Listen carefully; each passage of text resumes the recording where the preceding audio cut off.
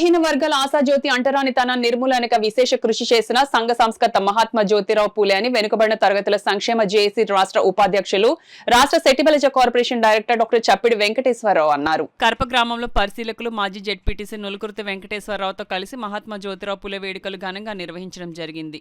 నులుకుర్తి వెంకటేశ్వరరావు మాట్లాడుతూ మహిళా అభ్యుదయానికి ఎంతగానో కృషి చేసిన మహనీయుడు పూలే అని, స్త్రీలు ఖచ్చితంగా చదువుకోవాలని, ఆ రోజుల్లోనే మొట్టమొదటి మహిళా పాఠశాలను ఏర్పాటు చేసిన ఘనత పోలేదని తెలియజేశారు. కార్యక్రమంలో మండల తెలుగుదేశం పార్టీ అధ్యక్షులు దేవ్ వెంకన్న, మహిళా అధ్యక్షురాలు కోన వెంకటలక్ష్మి, కొండా వినాయక, నారాయణ, ఎంఏ అలీం, ప్రముఖ రచయిత కానూరి బద్రీనాథ్ తదితరులు పాల్గొన్నారు. జ్యోతిరావు పూలే ఆశయాల్ని మనం అందరూ ముందుకు తీసుకెళ్ళడానికి ప్రయత్నం చేయాలి. 1827లోనే పూలే జన్మించారు. అలాగే బడుగు బలహీన వర్గాల ఉన్నతికి ఎక్కువగా కృషి చేసిన మహనీయుడు ఆ రోజుల్లోనే, అంటే 18వ శతాబ్దంలోనే అందరి కోసం కృషి చేసిన మహనీయుడు. అలాగే హరిజనోద్ధరణకు, అంటరానితన నిర్మూలనకు, అలాగే మహిళలు పెరిగేటట్టు 18వ శతాబ్దంలోనే మహిళలకి మొట్టమొదటిసారిగా స్కూల్ కూడా స్థాపించడం జరిగింది.